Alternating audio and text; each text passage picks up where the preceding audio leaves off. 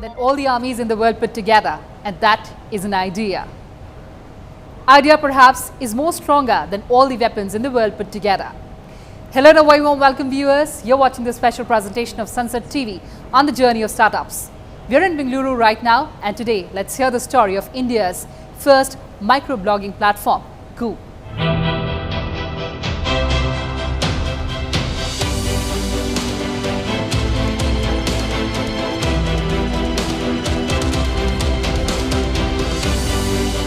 Koo is a microblogging social media app that was launched in March 2020 by a Bengaluru-based startup.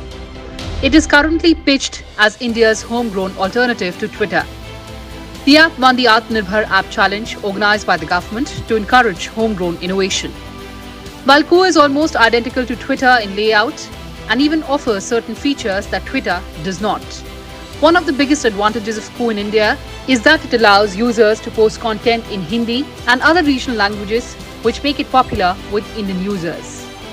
Users on Koo can share photos, audio, video, and pictures on the platform.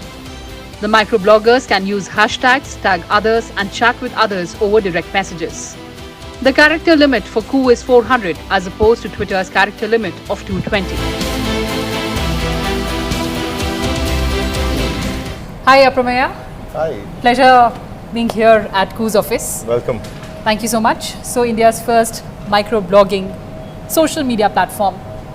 Tell me, of course, I know that you've been in business for quite some time, but Koo, the idea, how did it germinate? What was the genesis? So post my first startup, Taxi for Sure, so I started thinking about what's the next big thing that we can build using technology for India. And when I was thinking about that, there would be a large influx of language-speaking Indians who would get access to the internet going forward, right? This was back in 2015, 2016. And, we wanted to build language-first products, internet products for all of them, right? This was for very basic internet use cases like searching for information, expressing oneself, connecting with new people. So when we thought of that, we started experimenting, and we built a voice first WhatsApp, then that converted into a voice first status update app, then it became a question answer app, and that's actually running still, called Vocal. And while running Vocal is when some of the people who are answering questions on Vocal in local language said, I don't want to just answer questions, I actually want to express whatever is on my mind. Yeah. This got us thinking. There are so many platforms which already allow expression, but why is this person asking for a different platform? And realize that existing platforms, microblogging platforms, which are global, have only solved expression for 1% of India. Exactly. 1% of India talking to each other is what is on an English platform. Right. Then 99% of India doesn't have their voice on the open internet. All their voices are actually stuck in closed WhatsApp groups, or even on Facebook, which is a friends and family network. So to be able to express whatever one wants in their language and to be able to connect with new people, or even listen to their favorite actors, cricketers, politicians, leaders in their own language. Like, for example, a person like Anupam Kher or a Virat Kohli will be talking in Hindi and other local languages only on Koo and nowhere else. So all of these reasons is why we started Koo, and we've given a very unique experience to local language expression. But did you expect the kind of response you got from Indians, from the people, from policymakers, lawmakers, celebrities? Did you anticipate that kind of response? Well, as a startup, you always are hopeful for everything to fall in place. Yes. I think the key word here is serendipity. And we've been at the right place, right time, right? We started this idea, this whole thought process I spoke about. We had it in August of 2019. This is before pandemic, this is before everything else, right? And we just started because we wanted to enable expression. But what is also added to it is the fact that, existing global players are not listening to the local law of land. Right. Right?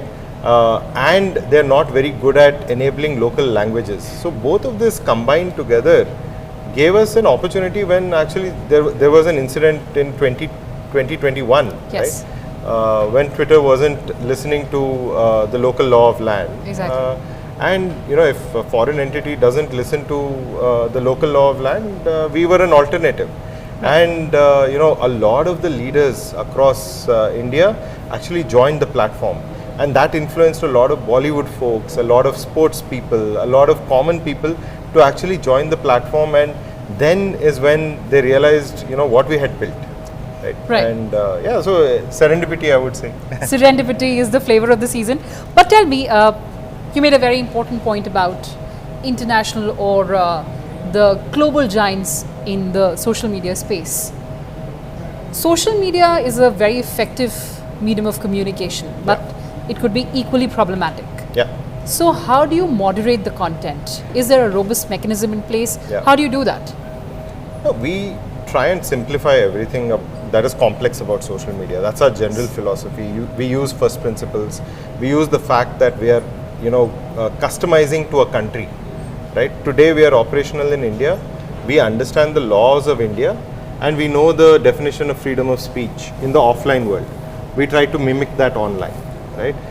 If there is a definition of what is hate speech, what is harassment, what is pornography, all of that is already defined in black and white.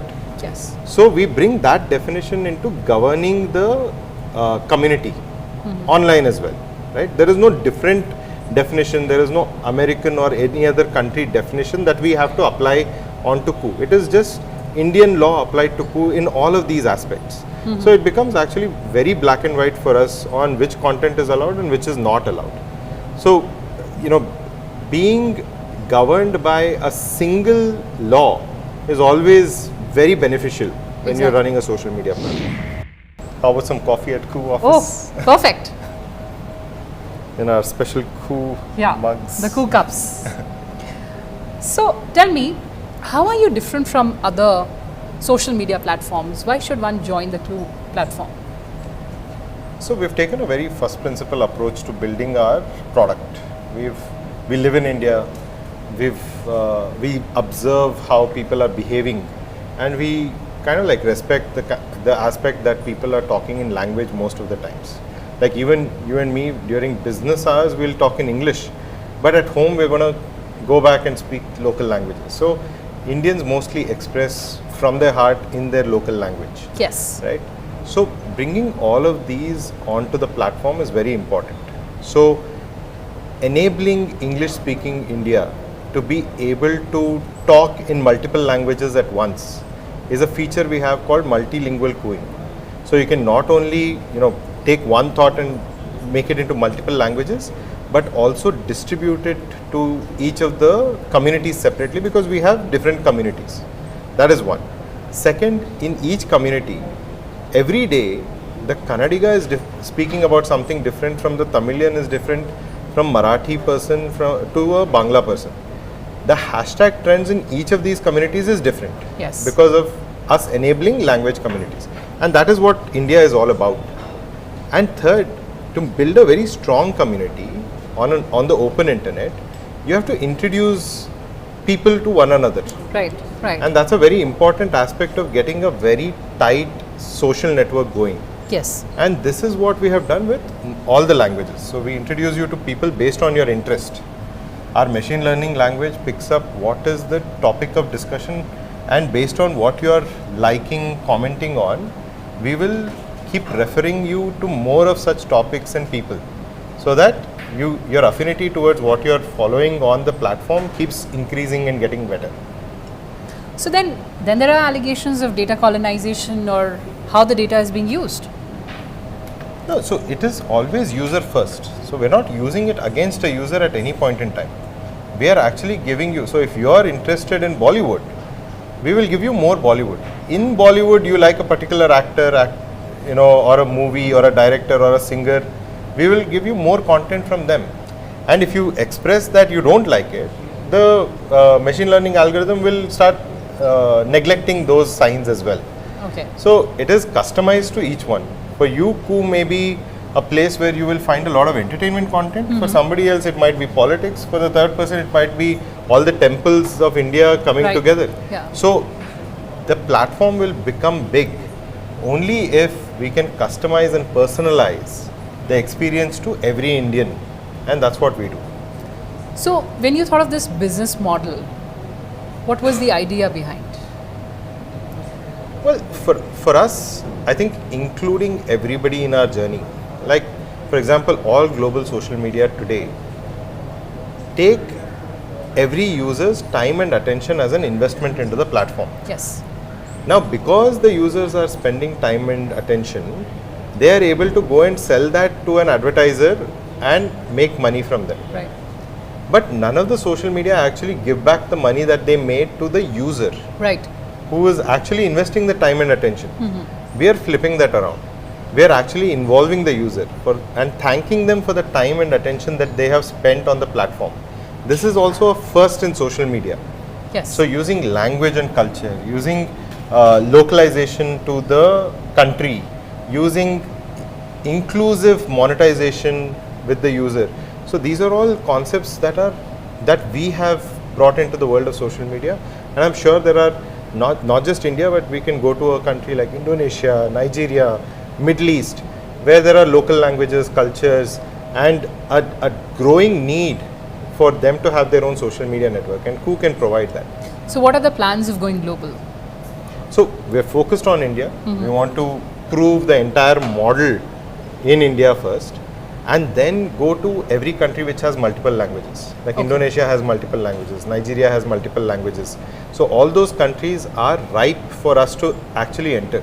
80% of the world doesn't speak English. Right. All of those people will get access to internet, and local language is the way. So our concept of expressing in local language will go across the world. So our focus is in India, as I said, and as soon as we prove it, we'll go to other countries. But tell me one thing, tech, of course, we've seen a lot of startups. India now has the third largest startup ecosystem in the world. But when you started, what were the biggest challenges and how did you address them? Yeah. Tell me those interesting stories, those interesting snippets. So Koo is my second startup, right? So my first startup, we actually started thinking about the idea in 2010, end of 2010. And at that point in time, there were only a few stories that you could get inspiration from. Like it was a Flipkart or a Red Bus, Naukri, Make My Trip, Book My Show. So these were the names that I had read about and got inspired to actually start up my first startup, Taxi for Sure. And my parents actually were dead against it. They said, okay, you need to settle down. At that point in time, I was 29, and in my head, I wanted to start a company before I turned 30. In their head, they wanted to get me married before I turned 30. Okay. So the what they wanted from me and what I wanted from myself was very different. Right. So I actually convinced them by saying, give me just 2 years. If in the 2 years, I just want to give it my all and see whether I have the capability or something will come together as a startup. If it doesn't, I'll go back and get a job anyways. So that was kind of the compromise that my parents kind of like accepted, and I finally got 2 years to prove myself. This is hilarious. At 29, your parents wanted you to get married and you wanted to start a company. But tell me, has the startup culture changed in the country? Absolutely. I think from a time when nobody even was respecting startups, like my first startup was Taxi for Sure. So my dad didn't even tell my relatives that I was running a taxi company for a whole year. Okay. Because he just thought, okay, he's gone to IIM Ahmedabad, now he's running a taxi company, right? Okay. So from that to now, the whole country actually wanting to do startups, and there are shows like Shark Tank, which is encouraging more and more startups, right? So I think the whole culture has changed. There is amount of resources that are available are much more. The number of people who have done successful startups or attempted startups are so many. So there's so much learning in the ecosystem that new entrepreneurs can come and actually learn from and avoid those mistakes. So every startup now will make lesser mistakes than 10 years ago. Will have a higher probability of success because the ecosystem has learned so much and has much more resources. All right, I'll use one catchphrase from Koo's office only. One day the whole world will use Koo. Yes. What are the expansion plans? Where is the funding going to come from? Yeah, so we are a startup. We've not yet fully launched our monetization. Yes. So we will keep raising money. We have a wonderful team that we've built. We've got technology costs. We have costs on marketing. So to fund all of this to a certain scale, we will need funding. We've raised from some of the best investors so far. Okay. Axel, Tiger, 314. All of these guys are very well-known investors in the Indian ecosystem. And going forward, we will keep raising from good partners who will encourage us to, actually do this. One day the whole world will use Koo. I'm sure, because of course we've been saying that make in India and for the world. Yeah. But before we end this conversation, there are a lot of people, especially the younger lot, they want to start their own venture. Yeah. Give me an honest advice for them. Yeah. While not painting a very rosy picture, Yeah. keeping the balances in place, Yeah. what are the challenges and the prospects? Yeah. Your advice to the budding entrepreneurs. Yeah. So I think the biggest thing is to start for the right reason. Like, you should check whether you're passionate enough. You're the right person to solve this particular problem that you're looking at. Do you have the right solution for it? Are you able to navigate, build a team around you? Because you alone can't do anything.